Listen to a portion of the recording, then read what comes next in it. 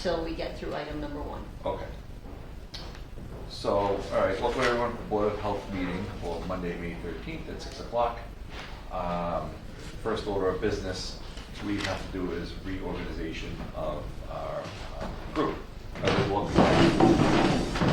Nice to have you. Nice to be here. We're a fun group. So we have a chair or vice chair. I'm the outgoing vice chair. Aria was the chair. So could I get a motion for chair? Sure. I'll nominate Chris Mills for chair. I nominate Chris Mills for chair. Right. So we have a nomination and a second, so all those in favor? Me and yes. Mills, yes. Butler, yes. Okay, and could I get a nomination for vice chair? Sure. You can. Yeah, all right, I'll nominate Paul Meehan. With enthusiasm. All those in favor? Mills, yes. Me and yes. Butler, yes. Okay. How do you spell your last name? It's B-U-T-T-L-E-R.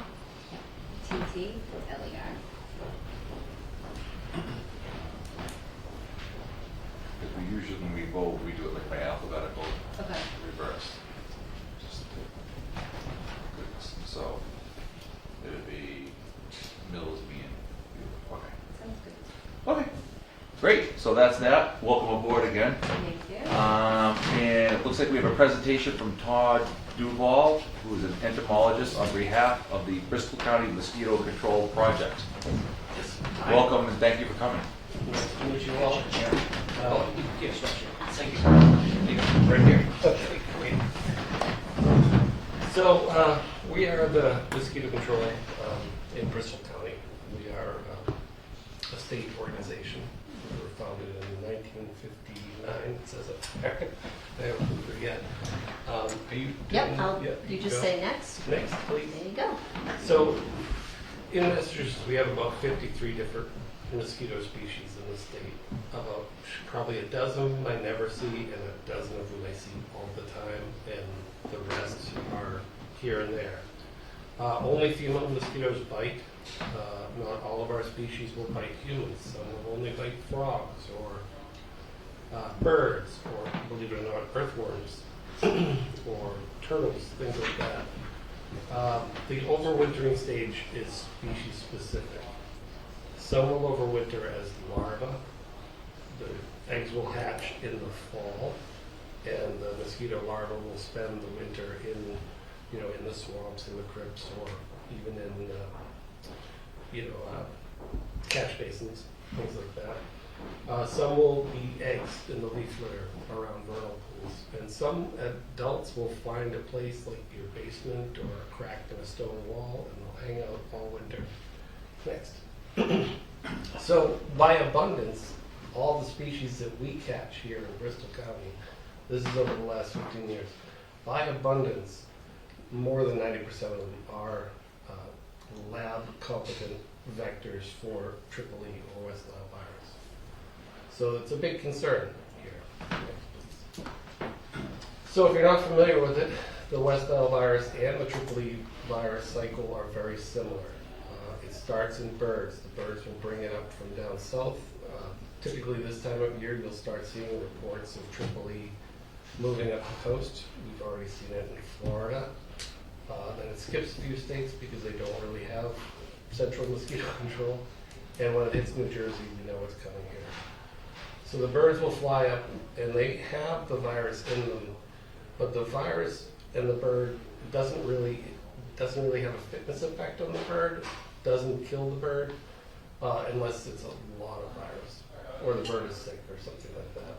So what happens is we have a species of mosquitoes, Culicidum melanura, that is particularly here in Easton, in the Hogwash, which is only bites birds. So it would bite a bird, pick up the virus, fly around, bite another bird, put it into another bird, and that's called amplification. That's how the virus amplifies in the natural environment.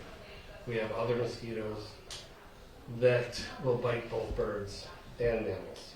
Those are a concern because they might bite an infected bird and then they go to what's called a dead end host or an incidental infection, which is usually horses, people, deer. We've had turkeys, emus, have been sick with West Nile virus and Triple E. Next, please. It's not spread from person to person, and if a person has it and a mosquito bites them, it doesn't transmit very well. The virus is just not, the titer of the virus is not high enough. So Triple E has been present in Bristol County since at least the 19th century. We have records of massive horse die-offs going back way before anybody knew what was going on, or not with mosquitoes.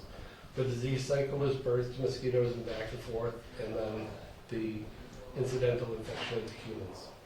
Some of the symptoms are, fever, joint pain, like all of the arboviruses, chills, vomiting, but with Triple E, it can result in coma, and it is a very high mortality rate. And if you survive Triple E, the sequelae might last for years. There are people who have had Triple E who have survived it, but have needed nursing home care for the rest of their lives.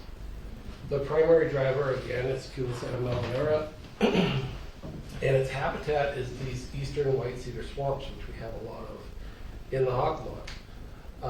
You'll see that picture down below. The white cedar tends to stand up on its roots, so underneath the roots, almost like a mangrove tree or a cypress or something like that. It stands up in the water on its roots, and all of that peaty muck that's around it leaves little hollows under the roots. So they're in there, and they stay there over winter as larvae. They're like these little clusters. Yeah, they're little potholes.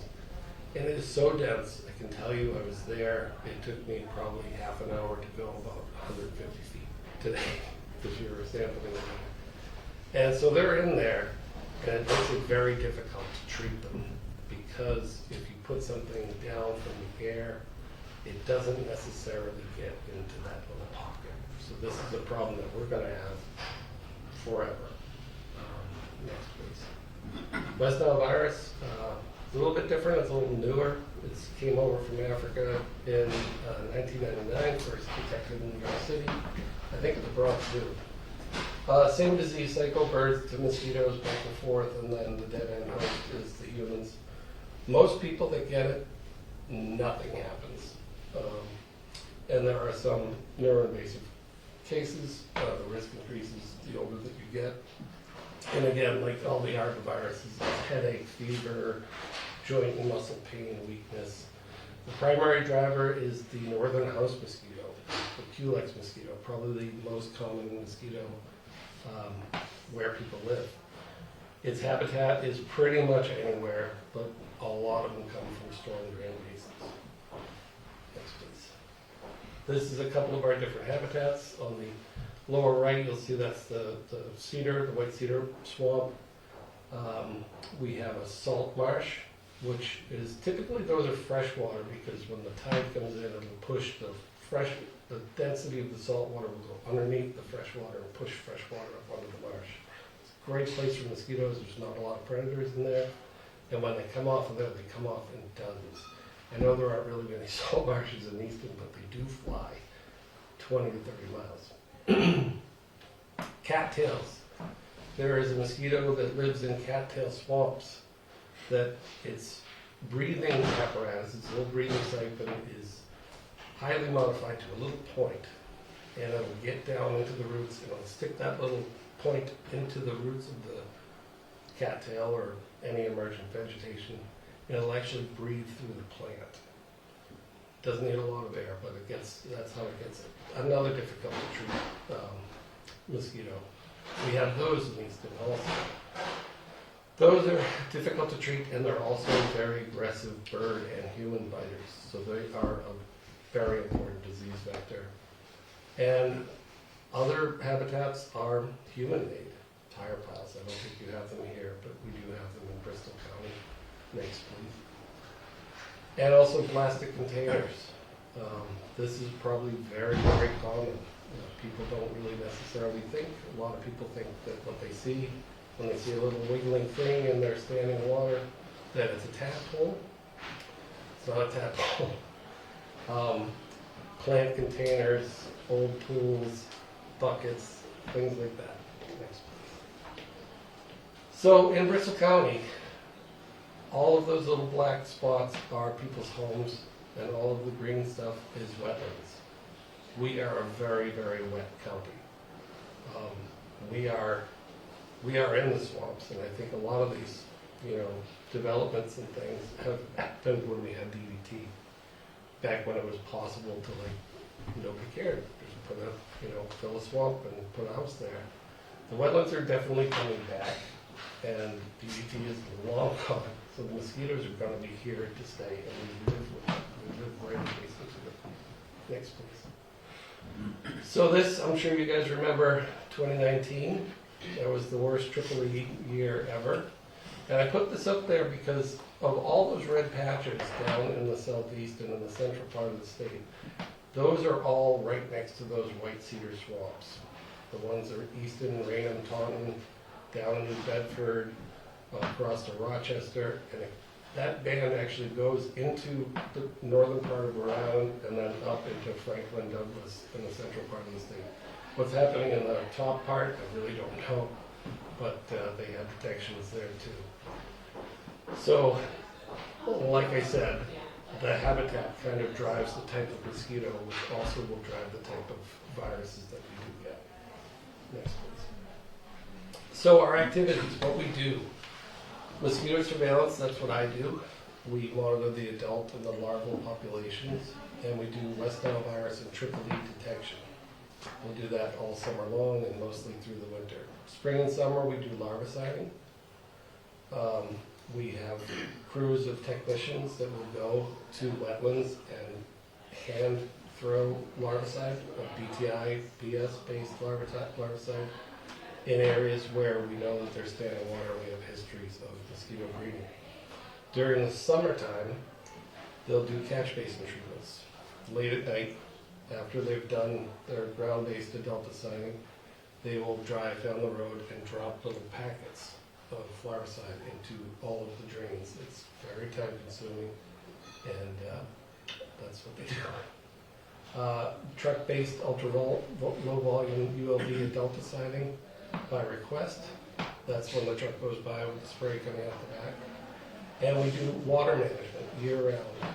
This is roadside ditches or historical farm drainage. We will clean those out, try and keep the water moving, and we'll do that. I think we've done a couple of jobs here in Easton in the past year, and then we did the library.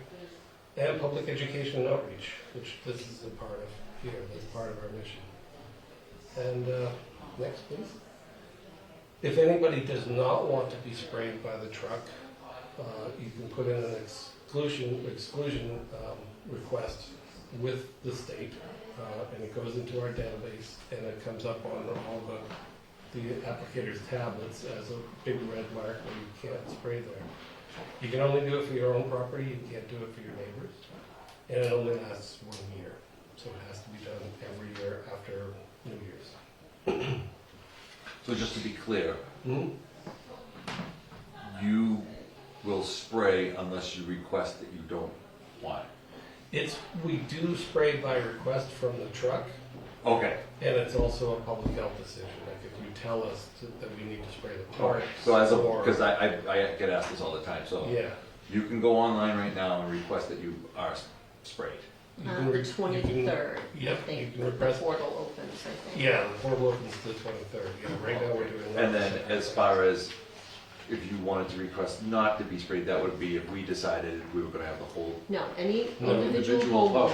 homeowner Right. can go to this link, which is also on our webpage, and request that the spray be turned off in Yeah. front of their house. Mhm. It lasts for 1 year, and you do have to mark, as you see at the bottom down there, in addition to the fact that, technology is great and it comes up, you do still have to produce something visible for the driver to cue them in as well, saying, don't Yeah, spray it's here. usually a paper plate or something that says no spray on it. And would they see that at 4 in the morning? They do, yeah, actually, if it goes there, it's automatically marked on our, GIS, our tablets, and it does come up as a big red block. We've had issues where, these are gas-powered sprayers, so they may go by with not the sprayer running, nothing coming out of nothing emitting from the back of it, but the engine is running. And what is the chemical that you? Right now, we're using Duet, which is sumethrin and pralythrin. These are, Insecticides. yeah, they're insecticides. They're synthetic chrysanthemum is what they are. They're it's effective, but we are seeing some resistance in the southern part of the county to some of these, synthetic chrysanthemum And often, pesticides. I've been asked, a lot of people have their own backyard sprayers. Mm-hmm. And there's a misnomer of like the garlicky scented oil stuff versus the various products like Cyanora or Telstar, or you mix the two. And I'm sure, I mean, I don't mean to mention brands, but the garlicky, the root beer, wintergreeny smelling oil products, those are just deterrents, correct? They are not, those do not kill the larva. Yes, that's correct. So Typically, garlic and those and the mints Mhm. are used for a lot of tick control. Mhm. Ticks and mosquitoes both are very chemically sensitive. So even like a repellent that you might put on your skin, it's not toxic to the mosquito, it just confuses their sensory apparatus because they tend to sense chemicals through their antenna, and it confuses them. They don't know what it is, they don't know where they are, they get disoriented, they go away. But they think you're not edible. And that, you can do that with, you can rub black pepper on your arms, and it'll keep mosquitoes off for a few minutes. But yeah, I can't really speak to what the private contractors are doing, because they're under completely different rules than us. But I think a lot of the scented oils that they use is so that you know that it's been done. Right. So it's But- a dual. So I'm thinking like for your homeowner, I see more and more people buying the backpack sprays all the time. I have one myself.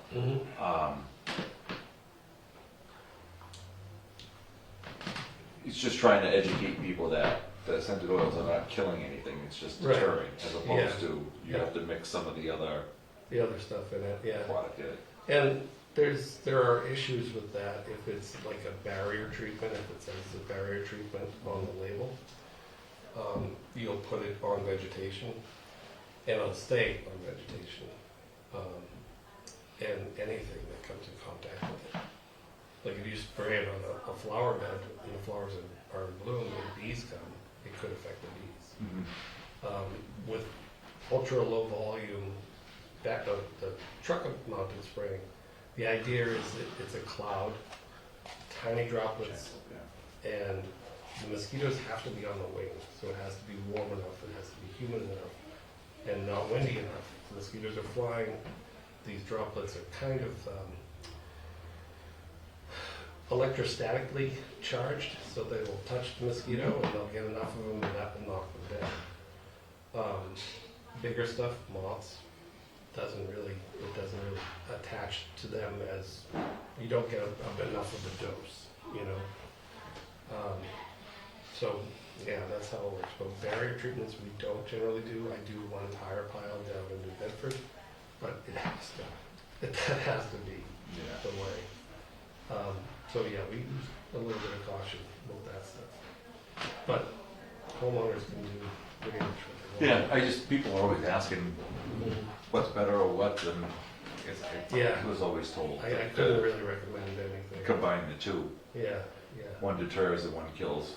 Yeah, that is the At theory. this point, you gotta be careful, you're not killing off the bees and Right. all the important Right. ones.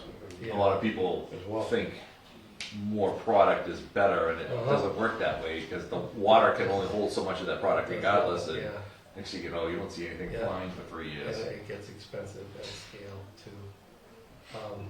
And it's the people, if they're not educated, they just get scared, so they just, Yep, if an ounce is good. 3 Yeah, no, ounces is I mean, better, yeah.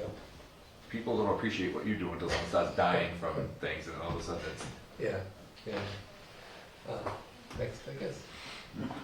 So what residents can do, we like to say if you're breeding them, you're feeding them. A lot of people just don't really think about bird baths or spare tires around their yards, pools that haven't been treated, that sort of thing. You should just. I got rid of my turtle pool this year. Did you really? That's too bad. I'm looking for one. Just to breed mosquitoes down at the shop so I can do the show and tell. Yeah, anything that can hold water. One thing that nobody really thinks about are roof gutters. I know it's probably harder for older people or people that don't have a ladder to get up there and clean the gutters, but they will breed a lot. And even those corrugated downspout extensions, if you pick one of them up and pour it into a bucket, I guarantee you'll find mosquitoes in there. All those little dips in there that are The holding slinkies, water, yeah. all I never those thought little of dips will hold at least a couple of larvae. Next, please. Personal repellents. Avoid being outside at dusk and dawn, long sleeve and pants, just like tick control, just like, tick prevention. Use repellents reviewed by the EPA. We say that because the EPA has done all of these studies, and like I said, you can put black pepper on your skin and it'll, deter biting insects, but it won't deter them for long. So, things like, all of those commercially available DEET or picaridin or IR355, or I think there's a new one now too.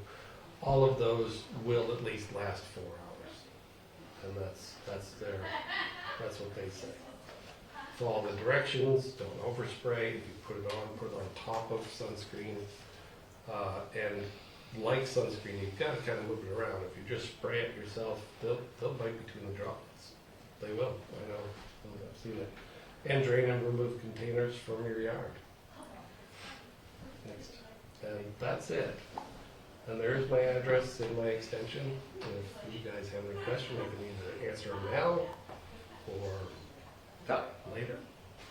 Thank you very much. Is this the number for residents to call, or this This link? that link, yes, that link will take you to a request page. That number, the extension is, I think it's extension 1.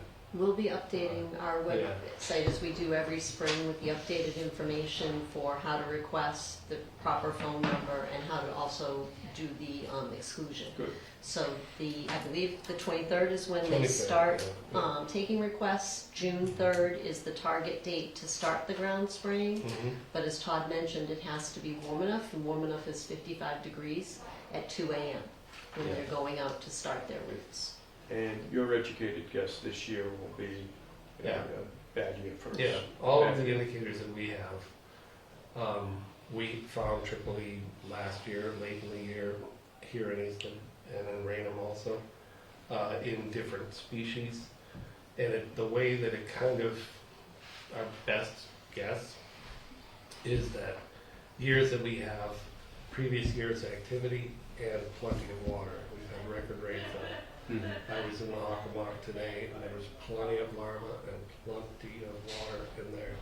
I have a feeling that this is going to be, maybe not 2019 bad, because that took everybody by surprise, but I do think. That was the we'll year we see shut it. everything down, like a month. Yeah. Yeah, I do think that by August, we'll definitely be seeing. And do you anticipate, or is there a plan to be a little bit more proactive? Not that you guys aren't doing a great job, but knowing what you know and your forecast Mm-hmm. for it being a bad year, are we doing anything, or are we just gonna follow last year's plan?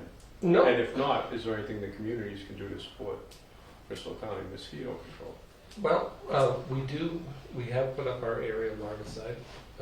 We did that about a month ago, and that should knock down some of the spring species. But again, the species that drives the triple E cycle lives underneath the trees, and it's very difficult to treat. We did put some methoprene, which should get into the water, and our hope is, this is a hope, our hope is that if it's in the water outside of these crypts, underneath the trees, that maybe with some rain or some wind moving the water around, it'll get underneath there and actually work. But we're stuck with them for the most part. I mean, the best solution that even the top scientists at Tufts said was just send people out there and treat each individual tree, which is extremely time consuming and labor intensive and probably not realistic at all.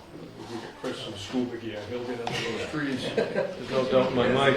Liz, did you have a question? Yeah, I did. I'm Jenny Utley, I'm on Meeting House Lane. Question, why would somebody, given the scare of all of this, not want their yard sprayed? And is there any danger to pets? So what's the risk? Well, all of the chemicals that we do use, again, they're still chemicals. They're manufactured by pesticide companies. They've all been tested on, I think, on lizard, on mouse, and bird, and all of everything that the EPA does. But some people, I don't know, it's a personal decision. Some people are not comfortable with that kind of chemistry. Some people think that it's overkill. Some people remember DDT in Silent Spring. You know, that wasn't a real issue. So having that information available, because I want to know, I have a dog. Do I let my dog out? Is there a period of time after you spray that I need to keep my dog away? No, the cloud from the back of the truck for truck-based spraying dissipates pretty quickly.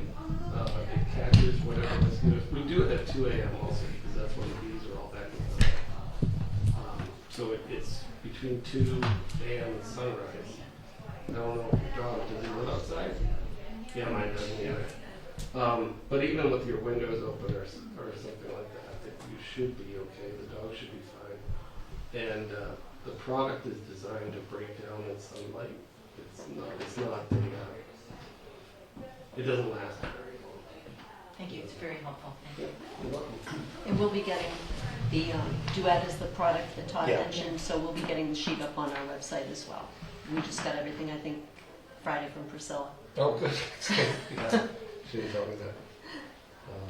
Yeah, that's all. Thank you. Thanks very much. Thank you. Thanks, Todd. Take care.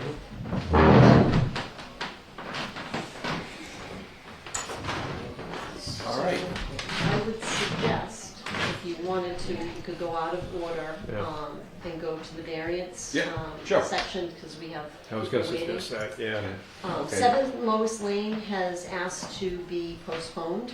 Okay. They're waiting for a determination from DEP, and then they'll need your permission to use that opinion from DEP if it goes in their favor. And they don't have their paperwork back yet, so Okay. they asked that that be tabled. So, can I get you to put that in a motion?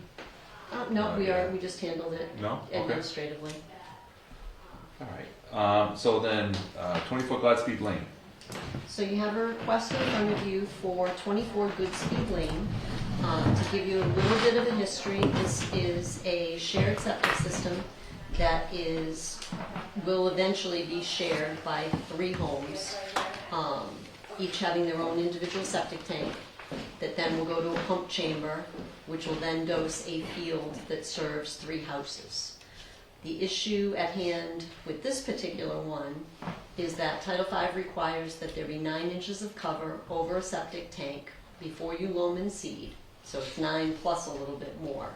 The reason for doing this is insulating the tank. We live in New England, as we just heard. There's a lot of stuff that goes on and a lot of fluctuation in our weather patterns.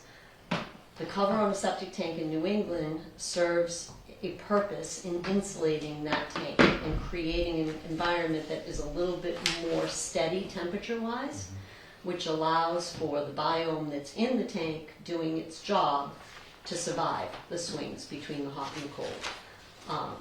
In this case, the foundation was put in and is 6 inches lower, I believe, than what was proposed. And somehow, between the engineer documenting that and submitting a plan to us, 5 days later, they never caught it and made an adjustment. So this tank is higher, and they don't have the ability to put as much asphalt or cover over it where it is to meet that 9-inch requirement. There's actually 4 inches, 3.5 to 4 inches. 3.5 to 4 inches. I would not, especially where this affects 2 other homeowners, I am really uncomfortable with granting this variance. But we have representatives from the engineering company as well, Yeah. if you'd like to hear their. Yes, just so for this one, the house. Introduce Oh, yourself. sorry, I'm Chandler with Holmgren Engineering. So for this site, the house was built at the proper elevation and the tank was installed at the proper elevation, but the garage slab was put 6 inches lower. And so that's what brought the driveway down the 6 inches to not allow for the proper cover, but the tank and the house were at the designed and approved elevation. So the other issue is that the tank isn't in the location that it was originally proposed in. The tank was moved into the garage, into the driveway. The original location that was submitted with the paperwork for the building permit actually had it going out to the front, which does not make sense because the pipe is on the complete other side of the garage. But it's not where it originally had been proposed either. That didn't get caught until,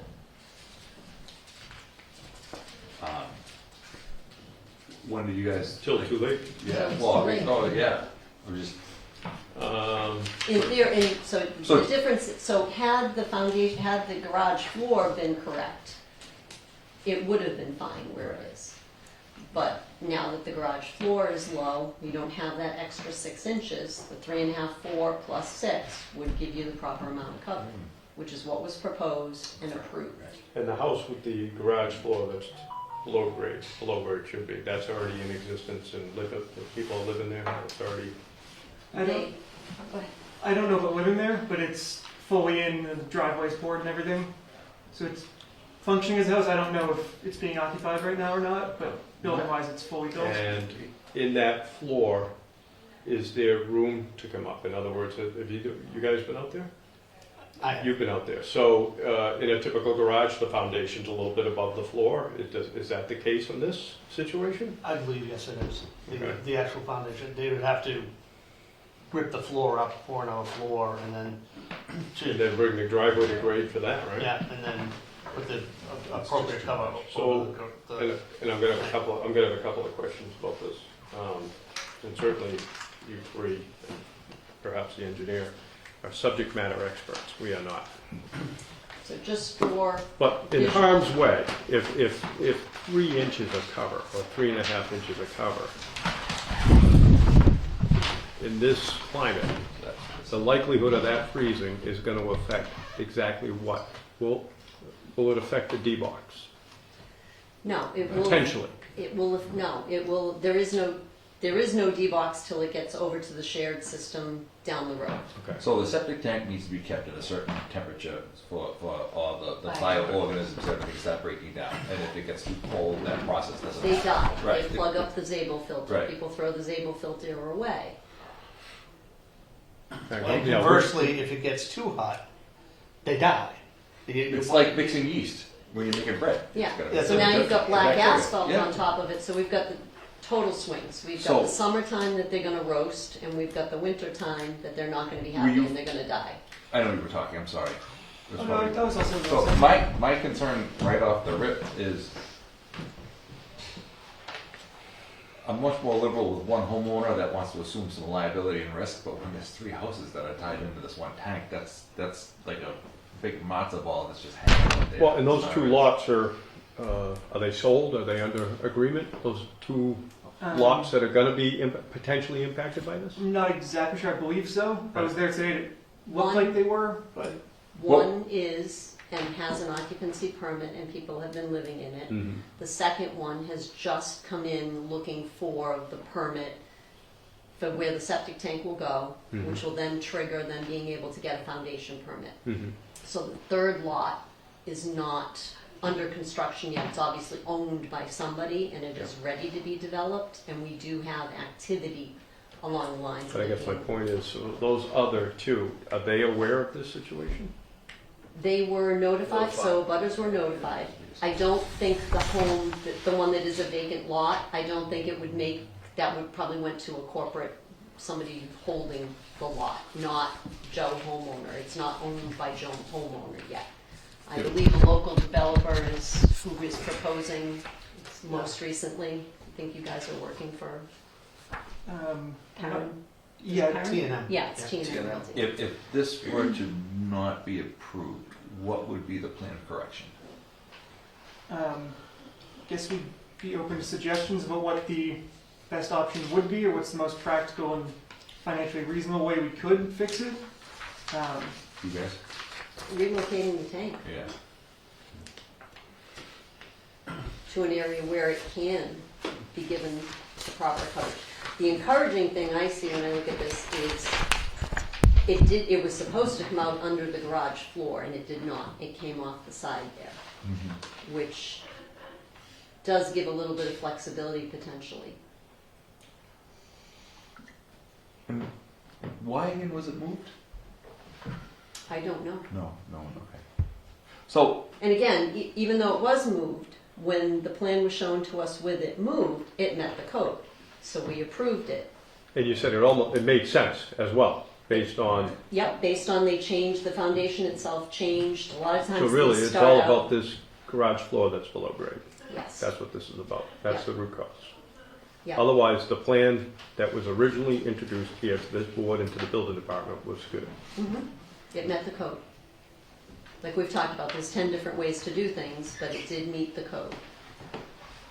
The error in the elevation of the garage floor and it not being caught before adjustments were made puts us where we are today. I really want to work with this and find some kind of palatable solution, but from a liability standpoint, I think I don't see how I could confidently approve something with 3 houses on it that, Well, I think it's in harm's way both in the winter and if we were to have a hot summer. hot summer, a drought, right? Yeah. I think we're in harm's way on I both mean, sides. and I, Excuse me, Sure. that's our house. Did we have the as-built septic that was done in September? The Yes. second, first and The second one- revision? Yeah, Yes. the as-built for the septic, because that was in the location where it was. It required an H20 labeling diagram, because there it was always under the driveway. Wouldn't have been our first choice, but because of the pitch from the house to the, like, I don't, misunderstanding where the switch changed, because that as-built was, I brought down to Board of Health, and went to the revision with H20 labeling, and that was the spot where it's always been. That's not an as-built, that's a design plan. Okay. That was to get the permit. Yep, Yeah. and it was fine, and then And I that's said, where it is now. it is. But you don't have the ability to put the cover on. So it's my choice to put more asphalt on the driveway. Yep, you could do that. I know that they're doing geothermal heating across the street on that, basically the same temperature, 6 feet under, the same year round. And they permitted it for that. I'm just questioning Not like sure what. I understand. It's a geothermal heating they're using. Yeah, Radiator pipes that go underground and that's at 6 feet. It's the same temperature year round. yep. Okay, so, I don't the know tank how is, well, the tank is only 6 feet. No. underground. Well, the No, problem the is that tank the is cover this, is the not, top is, Well, the cover, yes, but is it's asphalt not better the than cover, dirt? it's the top. So the entire top of the box So, is subject to extreme heating and extreme cooling that There- will kill okay. the biome. There's 20, 20 good speed is occupied, but the 16 hasn't been built yet. They've got other issues that they're dealing with now, but we are backed into the wetlands. There's no way for us to, I mean, our only choice was either maybe to put a heater in to heat that tank, or to put rock on top of the driveway. Well, Because the slope of, he couldn't go. the other problem you have too, I mean, I don't even know that a heater is available for a septic tank, but then what are we doing in the summer too? 'Cause without the adequate cover. Well, so the reason the tank is where it was, that entire development was completely flat. Completely flat. Our house was raised up by 8 feet due to unsuitable soil that was on 20, that they threw on top of our lot before we ever got involved with it. So in reality, when we bought the lot, we didn't know about an 8-foot drop from the front to the back. I don't think I know the pitch away from the house had to be at a certain level, and then the pitch to the tank the leaching field, which is across the common driveway with us, is pitched also. There was no way to, it was what it was. I just, you know, we sold our condo, we paid cash for this house, and I just trying to find a, you know, I could say, That's not lost on us. Believe me, that's not lost on us. You know, we understand that it's not a great situation for anybody. But and me personally, I'm only one person on the board that to put two others in harm's way well, is something that I really can't condone. But it's one that's living there now, Mhm. and the fault, whether who that lays on, Mhm. is probably the person who the unsuitable soil. Yeah, we're not here to Yeah, determine no, I fault. get it. I get We're it. just here to determine on what's going to be best. Yep. And what's And I'm going willing to to do fall into the whatever. codes. I'm willing to do whatever is required. I wouldn't want to, you know, have a detriment to the. I mean, we just sold a condo where concern for like frozen tea and stuff too, if it's. it's like maybe not even 10 feet from the main holding tank. That's for the leaching field, which is. No, it doesn't go that way. It goes out into the street and down the street and all the way around to get Yeah, to your leach field. It's right. Our leaching field is 10 feet from our house, and the sewer's maybe 2 feet from the shared common driveway. No, That's not a sewer, that's No, it's not. a manhole cover, where other things come in and then Okay. it travels down further. Right, I think it goes, yeah, it's, Do we have the You're- pump from the- it goes a pump system. Okay, that's the one. so this is, your home is over here. And it flows, it goes out into, from your tank, it goes out here Yep. into a force main and then goes out to a field over here. Okay. So The- that to that, even as a straight shot, is, what do we scale, 20 here? 20, 40, 60, about 100 feet away. Okay. It's literally stone. I mean, I have a picture. So, Yeah.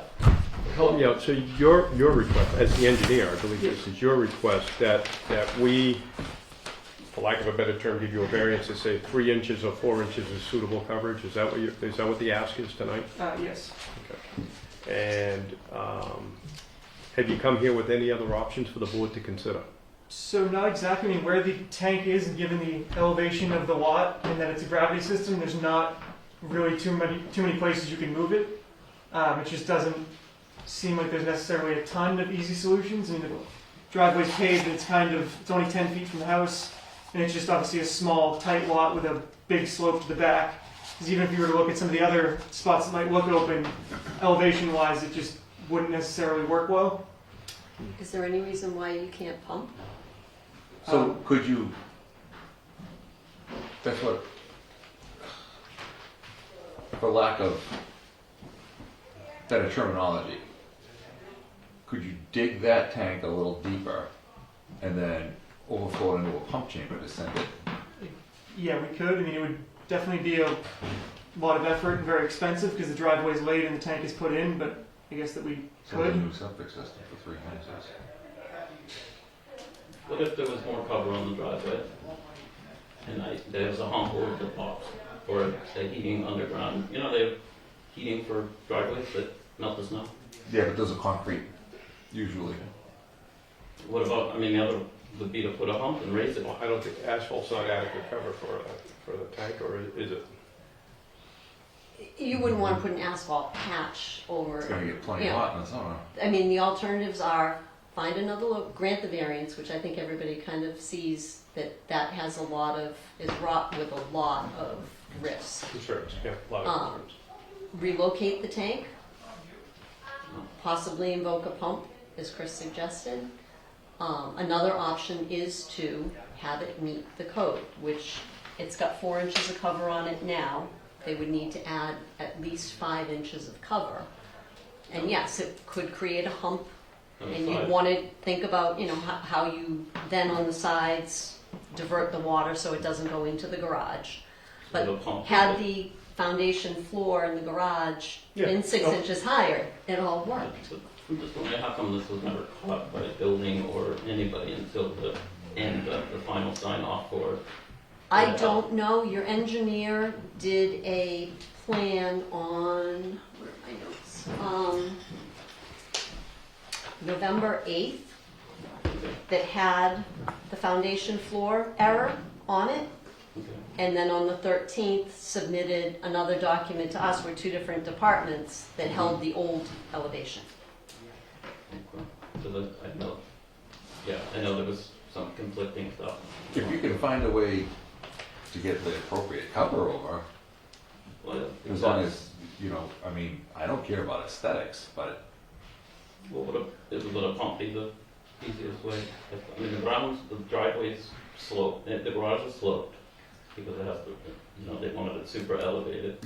And the driveway now is also sloped, running towards the, and, I mean, is a pump the easiest way to, That's up to your consultant, your Engineer, engineer, to go back to the drawing board and present to us a plan that would, I mean, you have to re-engineer the septic, but to dummy it down, you just be I mean, or, digging that tank deeper. what about raising the garage floor and the driveway? Because the garage floor is, the ceilings. Doesn't that That's originally what I was at. Right, but does that create like a massive grading issue? So as long as you were to raise the garage and the pavement over, that would be fine. If you just raised the pavement, you'd be directing water into the garage, which would obviously cause an issue. But if you were to be able to lay 6 inches of concrete in the garage and then raise the driveway, I don't see why there'd be much of an issue besides just having a shorter ceiling in your garage. It's higher than this. So that's what I was asking, you know, is there the ability, is the foundation up at least 6 inches above the? Oh, yeah, Yeah. it's probably this high and then it's sloped down. Yeah, usually This- garages, yeah. I think in the Yeah. scheme of things, and that'd be the cleanest Yeah. Yeah, financial way to do it. Why wouldn't you I do mean, that? not the cleanest way, but the financial way. it's enough, no, my concern now is there a way to be able to get a temporary occupancy until this is settled, based on the time frame, or? Well, before we get there, there's one. Yeah, I'm sorry, I'm a little bit close to tears right now. When we bought our house on Meeting House Lane, it wasn't wetlands. It was what? It wasn't wetlands. The grading and the buildup of all those houses right now, I now have lost part of my yard. And the part of the property that's not buildable is now wet, and the trees are falling down. Some of them have fallen on my car. I tried to get in touch with people, no one responded to me.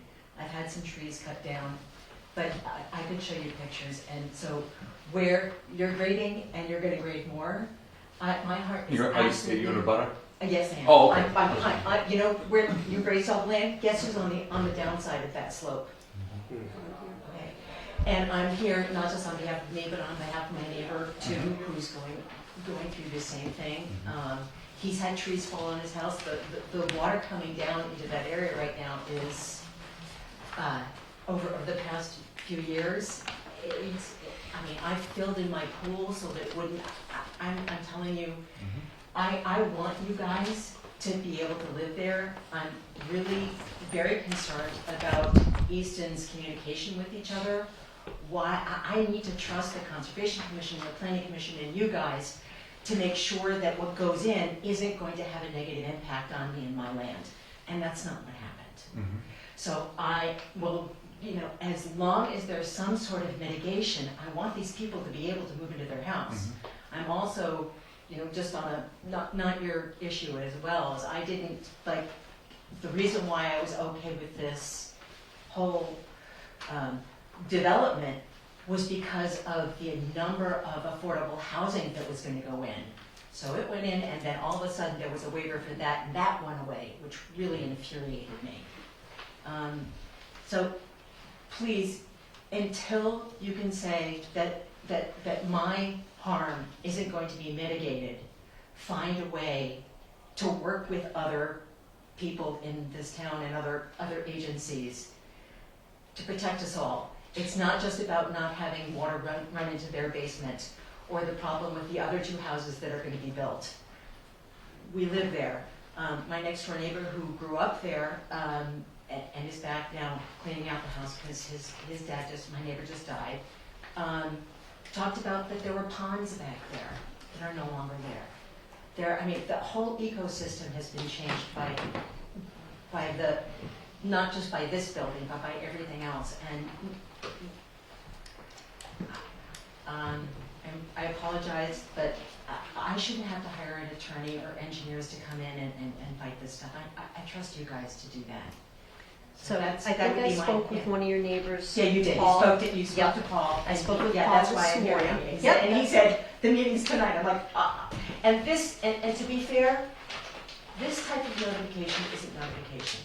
There might be something that affects you. If you want information, call someone. That's not notice. That's not information. And to make us work so hard to find out something that could have potential impact on our lives it's just not fair. So as I told Paul this morning, as far as the drainage, and you alluded to the planning board and the Right. conservation commission, this board doesn't have any impact, doesn't have understand that. anything I'm along just the complaining road. about that. Yep. I'm just like, it's one town, and you need to talk to each other because it has an impact. Right now, we have wetlands there, and what was the presentation just before now? Mosquitoes. We're in the 50-foot buffer, and there is a marsh, not 10 feet, and a bridge with a pond, and relocation of wetlands that's in our, 20 feet, 18 feet from our backyard, which is, that was I scary grew right up there. in Easton. I grew up in Easton. I went to live here when I was 2 years old. So We have runoff coming from the whole development I went to onto the back, because the wetland, So- 50-foot buffer was never touched, they weren't allowed to. So let the as I wet told your slip in. neighbor, Yep. I didn't have a chance today to get Because with of that Stephanie one, Danielson there's only one to see house what we that's can built do about even in just that- having that a one chamber. conversation. And ours is And I finished. understand If that, it I'm were just two, saying, a third until that the is one that they're settled, gonna it build the is spec house. connected to this. And there's a bunch of other things that are wrong with the development that it's my foresight is they'll lose their bond and file bankruptcy. So, Well, But that's another. that we're not gonna No. address, unfortunately, tonight, to your satisfaction. So the one thing that's in front of us tonight is this issue here. Having 6 Right. inches instead Yeah. of 9. Yeah, And unfortunately. it's asphalt. Unfortunately. It's better to have dirt than asphalt. so I think the safe bet, unfortunately, would be to deny the variance and have some solutions presented. Unfortunately, Is that- I don't feel that we as a board can do anything but that, given, like I said, if you were one homeowner that wanted to waive all responsibilities as far as like what could happen, because there is nothing worse than having a new septic system that does not work properly. Believe me. No, no, that septic, And- that was, I agree. that engineering diagram was done in 2000 And it, by Dylan. so I'm probably hypersensitive to things like this, but I think if we were to approve this and somebody else were to move into that house that ties into that tank and then there's some kind of problem, then it comes back to us, and unfortunately, So I'm not even so worried about it coming back to us, it's just not the right thing to do Right, for the other two occupants. if there's, Let's- if there's an easy solution, like regrading and pouring the floor, I mean, 6 inches should not No, there's affect plenty of room. your lot. No, there's plenty of room in the garage. I mean, you could put 2 cars. So that's a solution, and that doesn't, because I'm not huge on redigging and everything too, plus that probably takes months with conservation and more hearings and stuff like that too, so. But I'm gonna make a motion to deny the variance. Let's- Um, Can we, As it's presented. can we possibly get the okay for a temporary occupancy until this is? I don't think an occupancy permit comes from this board. No, It's so- not from us. The building department will ask our opinion. I would say that if we had a plan of action, Which shouldn't be hard, Well, I we mean, should- You potentially. get a I'm willing to temporary, do you whatever can you- get a temporary system? Yeah, temporary occupancy. yeah, no, The the building system inspector can is issue a temporary operational. occupancy. yeah, the system's working right The now. system's operational, but the way it's set up because of the floor and because of the lack of cover, it's probably destined to So if I were fail. to throw 6 And inches it of will rock impact- on the driveway, I'm sorry? There were to be 6 inches of rock on the driveway, I don't know if that's an appropriate. I don't know if that's. Not rock, it would have to be Okay. something stabilized. or a hump over the tank. That would be, and I'm willing to put up a bond or whatever's needed, but. No, and we Again, that would come from this board anyway. Right, that would, Cabinet your buildings. engineer needs to propose The a only plan thing we to can us act on that is the makes variance me- application that's in front of us today. That's really all this board could do for you. Kevin, the recommendation, he was gonna take the recommendation of the city would issue the temporary based on boards or certain recommendation. And Well, So, I'm gonna make a motion to deny the variance for 24 Goodspeed Lane. Any resolution or solutions that you can come up with. It shouldn't, if you came up with like the regrading in the garage, you shouldn't even need to come back to us because it's a moot That point would at be that cool. point. Okay. You know what I mean? So Well, it's denying just, it is- basically, we're denying it as is and we can't allow Okay. the system to pass just with the 4 inches of cover over it, unfortunately. And I'm so very sorry about that, but it's, we truly are. You have to understand that I'm that's. sorry. it's a, It is. it's a big risk. I also don't feel, based on what I see, it's going to change much for your butters if you increased the grading, you know, so you should still. Yeah, it would actually be less of a step. I'll second the motion. But can we, Okay, all those in favor? Me and yes? can we make a recommendation? Can we make a recommendation for the temporary occupancy? That doesn't come before us. That's the building that's the department for an building occupancy department. permit. That's that the- comes from- He said he would issue it. So you're asking if we will make a recommendation to the building To inspector? allow the temporary, If there that's what should he have was been more waiting for. information in He the just wanted to speak to somebody to get the approval. Well, let me ask, who has inspected the system? Mark has been there.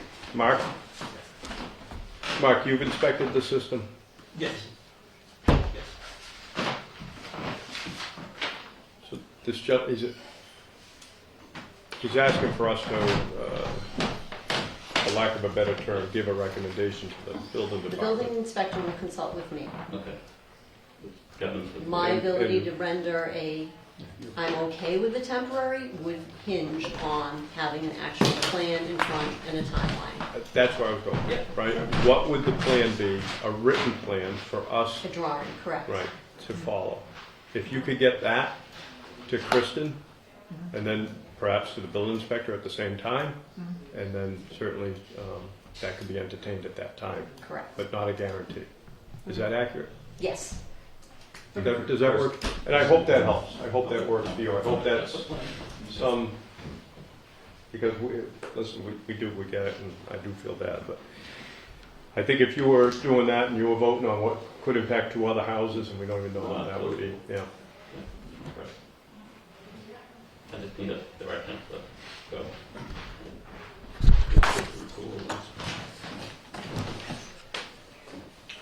All right. Thank you very much. Thank you. Thank you, I'll work Mike. on that and get something back to you guys as quick as possible. Thank you very much. Thank you for your time.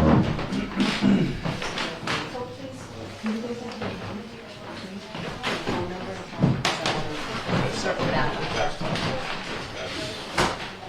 That's a tough. Development's What's there? The development itself is tough. It's been a few years, multiple engineers, multiple doors, Yeah. so.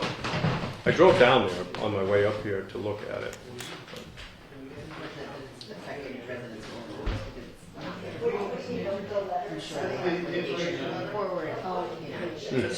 That's coming. Yes, definitely coming. And they'll need things like this, the builder's not gonna fix the problems if no one tells them that they need to be fixed. That's a shame. And there's a lot of cooks in the A kitchen. lot and- of hooks. and I don't think it's a big deal, though, to fix that like that. If they have the height in the garage.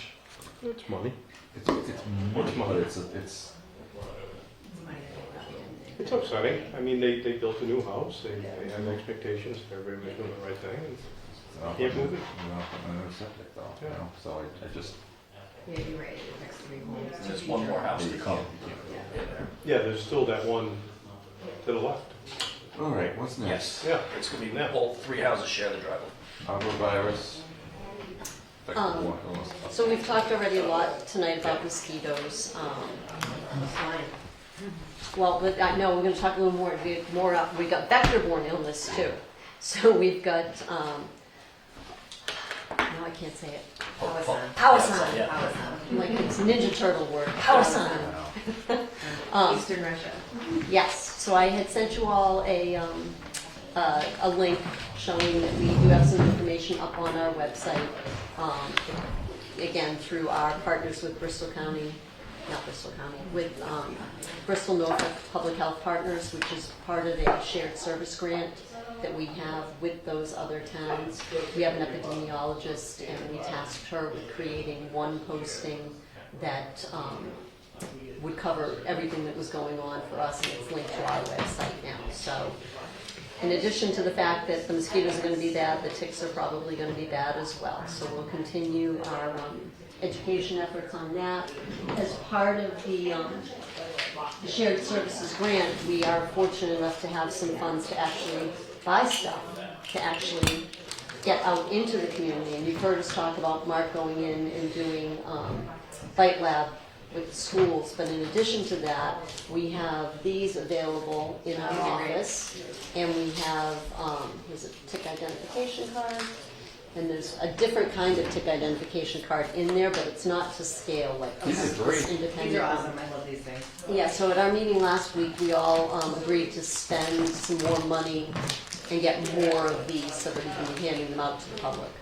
Oh, good. So it's on our website, that if anybody goes on our website looking for tick information, that they can come into the office and pick these up if they'd like. Well, we have a town meeting next week. Is there an opportunity? Do we have the inventory to hand out there? I don't think we have the inventory right now. I think we've got about 20 of these. Okay, that wouldn't fly. No, we have plenty of tick cards, but We have not, plenty of tick not cards. those. But as far as the pickers, we gave authorization last week to order them. So I'm not sure how long they will take to come in. Okay. But I will check on that because that is a great opportunity to, And it's wonderful getting into the kids, I get that, but the likelihood, what's the percentage of them getting home to mom and dad well, who's the actually picks, gonna pull I the wouldn't tick? send the So if picks we were with to the do kids. these at town meeting or Yep. something like that, I think that would be wonderful. The tick cards I usually give to the teachers, Mm-hmm. and the teachers pass them out at the end of the day and put them. Yeah, and we're talking about the pullers. Oh. The Okay. pullers. But that's an excellent idea. Maybe we'll even see what our availability is, and we can set Bite Lab up, just so that people Like come over. I like the baseball foot trail, traffic. like Militia Park or something. Yep. We typically have done stuff at the children's races the past few Yeah. years. So, yeah, we will be increasing our public outreach Actually, on all things. I like that idea. Fun. We're set up at the Little League fields? Soccer fields? I don't know. Outside the box a little. I don't know. Yep, we'll see how many she's actually going to be able to order for us. Every time? Yeah, you could do that. Moving right I'll along. consider it. Let's talk swine. Yes. Swine. So, the Easton Board of Health, back in 1931, enacted a regulation that banned swine in the Northeastern Village District. Then in 51, they added, I have my glasses upstairs, the Easton Fire and Water District. You can ask them to take their conversation outside or to No, it's one of the difficulties of the building. So this regulation has sat there. Nobody's even asked us about bringing pigs into town. Recently, we have had a request from Stonehill College. They have a farm. They would like to bring, I think, 2 piglets in. After consulting with the animal inspector / animal control officer, after doing some kind of looking at the issues, we fall back to our position that we've held for a number of years now, that the public health concern with animals is the management of their manure. And we do have a very effective, very good, strong regulation that deals with the manure. Don't see why it would be any different for the manure from a pig, to a cow, to a sheep, to a chicken, for us to be able to control the public health risk. I've consulted with town council, And repealing a regulation has a much lower threshold than actually creating a regulation. And if you chose, you could make a motion to repeal this regulation and it would go away. And Stoneham could have their pigs. We can keep it at the clock farm? Yep. Yes. It's not like a neighborhood where the people would be Nope. building. I have no problem with that. But you do have the potential of, But if you repeal it, anyone in town Anyone. could request to now Yes. have a pig. That's, it, Yes. If they It control, is on. if they control the manure, They can have a sheep right now. They can have a cow. yeah, like, it's just a pig. Pigs are actually very clean. Just make noise. They're Well, cute. chickens make noise. Yeah, yours just make noise. I'm And gonna then make a that motion becomes like a to zone. repeal the age-old, what would you call swine You can regulation. call it chapter 360. it? Chapter the 360 Easton swine Town Code. regulation. Can I get a second? Paul's pondering. I'm pondering, You're allowed to ponder. I'm pensive. You can second and then continue discussion if you want. In your packet with information from, But anyone that wants to have swine needs to get a permit, needs to do all of this. No. No, No, this, it would this, be this no opens it up. It opens That's, up So completely. right This now, opens it up. Permitting. no, Correct. right now, if you want sheep, all we tell you is you have to abide by the manure regulation. You want chickens, you have to abide by the manure regulation. You want an emu, you want a alpaca, you have to abide by Hmm? the manure So regulation. they could have swine if they got a permit? So, You don't need, No, they won't need you anything. can just go This buy will- them. But So like right right now- now though, if they wanna have them, they it's can't have actually, them at all. no, it's confusing right now because neither one of those districts actually exists. So we're kind of Okay. caught in a quandary as to whether or not we issue them a permit that we have no reason to Real- deny Right. because they're not even, and it says that it's only in those two districts that they need a permit. But anywhere And else those in two Easton districts- could also have a for a swine. right to farm. And Stonehill falls Yeah. within one of the districts? No, we don't, there's no, these two districts are no longer definable. We've checked and they're not, they're, oh, well, that used to be this, bordered by that in 1931. The Easton Dale Fire and You just Water did one District. pig's walking downtown Main Street. That's, just, You know, I'm picturing the loose cows on Peconic, I'm picturing the, chasing the horses down Michelson's farm at 106 and 138. All right, Andy Griffith. That's what we did. I don't, You can table it if you're uncomfortable doing it right now. Stonehill is anxious to bring their 2 piglets on. Yeah, I got that, the letter was very, very nice. we don't have a fee for it. There is no set fee in our fee schedule. There's no application that we can find that's ever historically actually existed. we're in such a gray area, I don't see where we have a right to say no. I mean, it just seemed, I know there's a concern why everyone's next door neighbor to go and buy a pig tomorrow, but unfortunately, if they kept up with the manures and there's no smell or hazard to their neighbors, then this shouldn't be. Well, and then, so what sort of enforcement do we have, ability do we have, or is it just simply on the animal control officer as far as the mitigation of manure? Oh, the manure regulation is It's us. us. And It we is the enforce board's that. regulation. And we have authority, Oh, yes. enforcement authority over Yeah, that. we've been Yes. dealing with it at numerous places. So- I know of one that seems to be Can a big deal with sheep, I think, right? Put a limit on how many pigs you could have. Just because I know there's been neighbor disputes over time with somebody going to have So, 2 cows, the next thing you know, there's 80 of them, and there's a smell, and there's neighbor disputes and stuff like that. And That's my apprehension. Yeah. All of a sudden, we're gonna say, hey, so, in theory, we could go back and look at revising this regulation to get rid of the permitting, but assigning a number. What council has advised us back when we did the manure regulation was to stay in our lane. What is the public health concern with 1 pig, 1 cow, 20 chickens, 8 llamas? It still boils down to, it has nothing to do with numbers, it has to do with how well they can manage that manure. And if they're able to do that, that's our lane. The public health concern is the waste.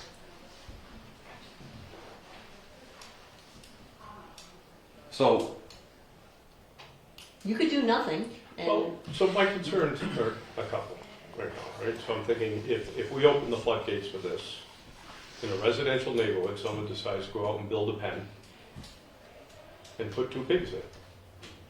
And they're squealing, and there's an odor in the heat of summer, and now we have members of the neighborhood here in front of us saying, wow, how could this have happened?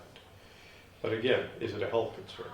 but Right, because that's our in any problem. other neighborhoods other than these 2 They don't have villages them. that we can't even find anymore, they already can do that. Right. Yeah, this is just 2 little crumbs that They're left, which is left over. why, Okay, you know. I'll second your motion. all those in favor? Mills, yes? Me and yes. People, yes. Oink, oink. Can I get a motion to accept the minutes from April 8th, 2024?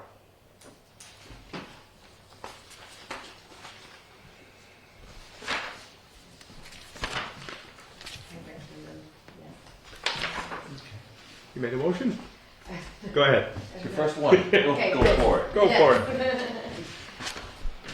Second? She's jumping the gun.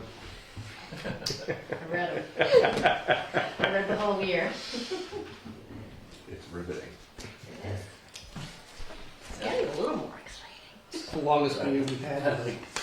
I know. Here. The Well- one time I say I'm Well, we're gonna blame somebody. So we got a motion on the floor and seconded. All those in favor, Mills, yes? Me and yes. People, yes. Staff notes? I don't think I have anything other than what we've already gone over tonight. Member notes? I have nothing, although I really want to feel The screen protector It's so on? satisfying. I will You do can it. do it. No. Can I? It's just, There we go. Hold it back. He's all done enough. that's like, Make it dead. yeah. All right, motion to adjourn at 7. 12. Oh, 12 minutes. Can we get a second? Second? All those in favor? Mills, yes? Me and yes. Yes. All right. Thank you. Thank you. Thank you.